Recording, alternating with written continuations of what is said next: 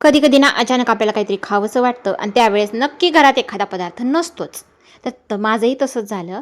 डोशाच्या चटणीसाठी नारळ नसला तरीही आपली चटणी नक्की होणार कशी ते पहा. असं होतं की नाही, माझं तर नेहमी होतं. तर काय करायचं पहा मैत्रिणींनो, की जे आपलं खोबरं असतं की नाही, वाळलेलं खोबरं तेच भिजू घालायचं. ज्यावेळेस आपण पीठ वगैरे भिजू घालतो त्यावेळेस आपल्याला काय करायचं आहे, खोबरं आहे ना ते सुद्धा पाण्यात भिजू घालायचं आहे. तर आपलं हे पीठही रेडी होईल आणि आपली चटणीची तयारी पण रेडी होईल. तर काय केलं पहा, मी इथं खोबरं छानसं भिजू घातलेलं अशा पद्धतीनं झालं. त्याची अशी वाटण वगैरे मिक्सरमधून काढून घेतलं आणि छानशा अशा पद्धतीने फोडणी दिली. तुम्ही जशाही पद्धतीने फोडणी देता तशाही पद्धतीने करा. मला सांगायचं महत्त्वाचं म्हणजे की ओला नारळ नसला तरी आपली खोबऱ्याची चटणी नक्की होऊ शकते. जशी ओल्या नारळाची होती ना पहा, तशीच अगदी तशीच टेस्ट याची लागते.